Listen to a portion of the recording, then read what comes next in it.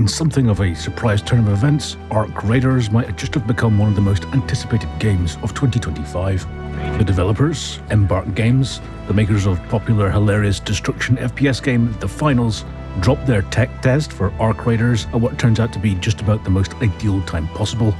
But what happened to make so many people excited about this game? And should you be hyped about it as well?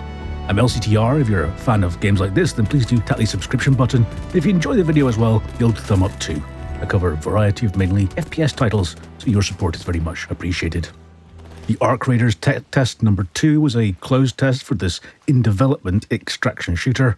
And yeah, although it was labelled a tech test, I can honestly say I've played less polished pre-release betas in my time. So, it's an extraction shooter. Think Escape from Tarkov or The Division Dark Zone. Find loot, some PvE, some PvP, even if you really want it or not, and try to get out with your loot, whilst also completing tasks along the way to level up your base outside the playable space. What Arc Raiders manages to do different, and why they seem to be using the term extraction adventure instead, to the plethora of other games that seem to have been released and announced for this extraction shooter genre, is pitch their gameplay design in a new and approachable way. We've got a bunch of extraction shooters that are basically Milsims 2, Tarkov obviously being the biggest player in that field. So it's refreshing to see Arc Raiders take a more arcade approach, yet still have some weight and authentic feel to the experience. Some of the Embark devs are ex-DICE, so perhaps the Battlefront 2 feel of that is a product of that. But there's a flow to the movement and the action that still has fun and intensity, but it doesn't feel like it has a monumental learning curve. The title was originally billed as a more PvE-focused game.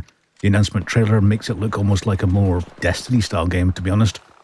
And I'd be lying if I didn't say that I was initially disappointed to learn that it had pivoted to be an extraction shooter. But over my time with the game, I've come to enjoy what previously hadn't been a genre that I'd really felt any affinity with.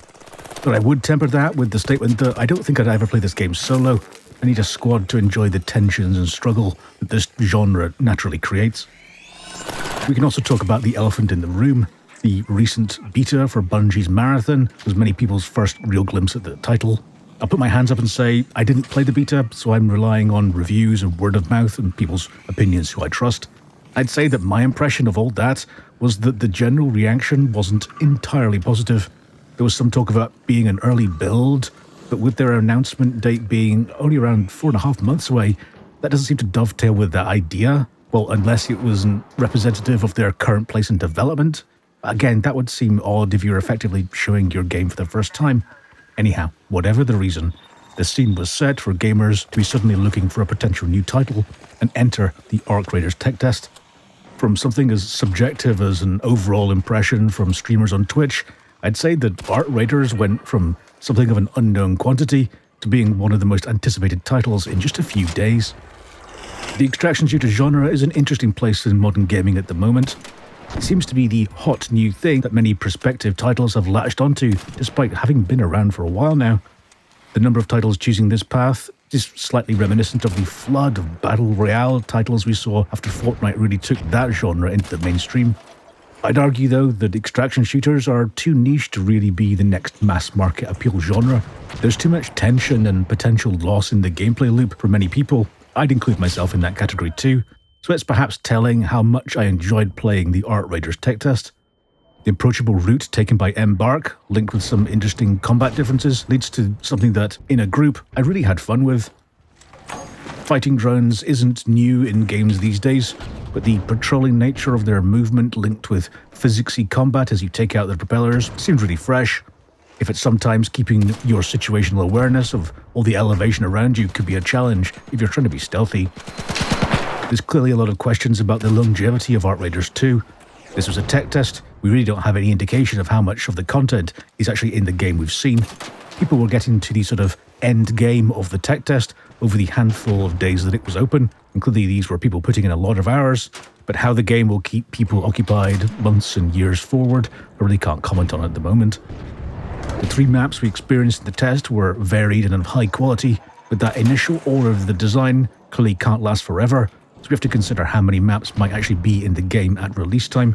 And there is some variance too, with visual and sound changes, with weather and even night raids to heighten the danger for a better chance at better loot. The game's missions also give you reason to return to each map and loot the resource that you need. There's no feeling of the starter map that people then progress from. Each one has a unique reason for its importance. One part of the game that will continue to divide people, though, is the choice to go with a third-person camera over a traditional FPS. In a more tense game where information about enemy movement is more valuable, then a third-person camera can clearly create the problem of corner peeking. You can use the distance between your character and your camera viewpoint to check for enemies without putting yourself at risk. This inherently disadvantages an attacker pushing someone defending using this technique. Perhaps it's the game's lineage as a more PvE title that brought us to this point, but the probable realities of being able to monetize skins better in a third-person game probably plays their part too. The Battlefront 2 people that people report clearly is supported by the third-person camera as well. It allows things like dives and rolls to be used without having to do odd camera movements that you'd have to do if it was in the first person. But I am left with the feeling that at high-level play, whatever that turns out meaning for Arc Raiders, that the third-person camera might slow and impact gameplay in a way that I'd be interested to see how the community really feels about. And for what it's worth, after launch, I'd love to see a limited time mode for a first-person camera, just to gauge the community's interest in an FPS mode for the game. One area I was happy to see, though, was the idea of end-game bosses that drop components to gatekeep the leveling. In the tech test, we got our first glimpse of the Queen, a massive, monstrous crab spider thing with mortar launchers and a massive laser beam that oddly actually stood out for not having that cool a noise compared to other enemies for whatever reason. There was the Harvester building alongside that was patrolled by the Queen, and it had a puzzle to solve in order to get the loot inside. And on the whole thing really added depth and spectacle. Attacking the Queen herself seemed to be something intended for multiple teams to take on, and there was a bit of pressure to use the social functions of the game, like the local voice, to organize. And again, like so many things in this game, it's just a nice touch. You can see for yourself that the graphics in Arc Raiders are superb. It's a real tour de force for showing how good Unreal Engine 5 titles can look in 2025. It's a real next-gen quality. The visual design is also clearly subjective, but to my eyes, it blends a familiar retro-futuristic, post-apocalyptic in a way that feels fresh and well executed. There's a depth and a scale to the play spaces that stop them feeling like maps in a game and more like recreations of a real space, and that's something that many games, at any price point, fail to achieve. If you're going to pick out one graphics advantage that the game has over its competitors, you'd have to say that the lighting does so much work here to set the tone and create some honestly beautiful and cinematic moments. Yeah, I know, I'm a nerd for rendering technology, but the bounced light in Arc Raiders allows for gorgeous warm tones to creep through broken shafts of light and illuminate interiors of buildings in a way that was simply unimaginable in games just a few years back.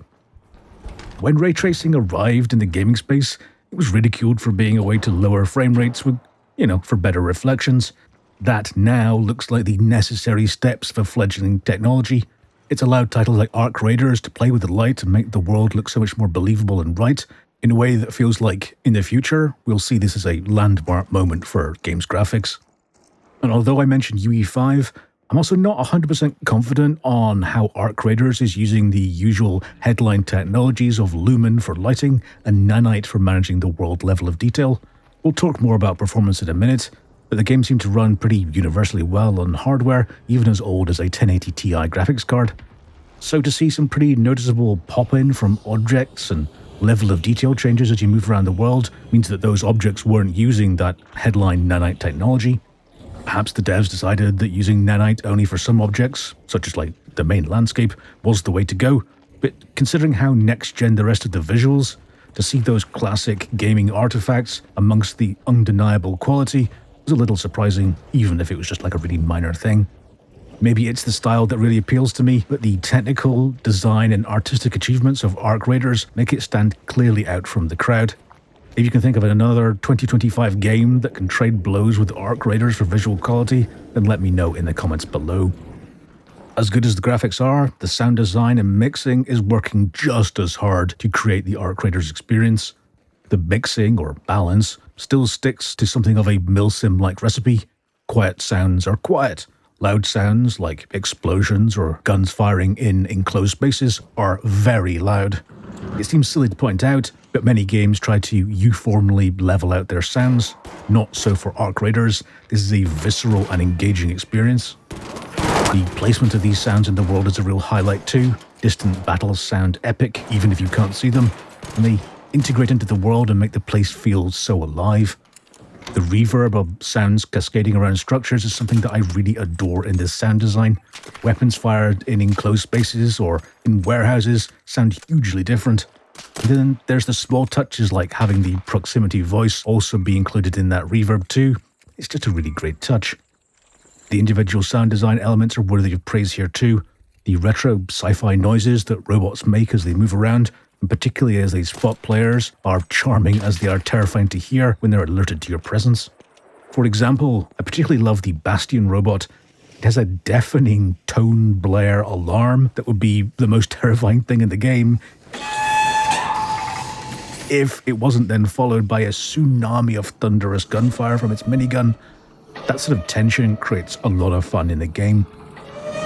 Performance for Arc Raiders was firmly in the better than I guessed it would be camp. The visuals alone had me worried about performance, but on my 5900X CPU and 3070 GPU, I had all the settings on high apart from ray tracing, which was set to medium. I was seeing 70 to 90 FPS much of the time, and I really didn't think about performance as I was playing, which is perhaps the most telling compliment. For newer hardware users, there was also a full suite of NVIDIA DLSS technologies on offer, so 5000 series GPUs had multi-frame generation as an option there. As I mentioned previously, I saw a number of people saying that they were using 3060 or even older cards like 1080 Ti's and reported perfectly playable performance. Whilst at the other end, I watched streamers like Seagull with almost 200 FPS with a top-spec hardware. So if you have the gear, the game really does seem to scale with your investment. Price and monetization of Arc Raiders is something of an unknown.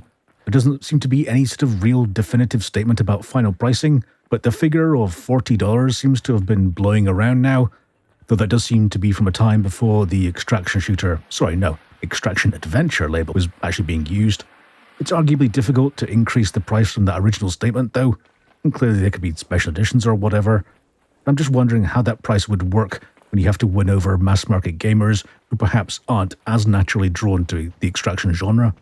They had 3 Battle Pass choices in the tech test too, but these weren't the cosmetic-only route that many games take.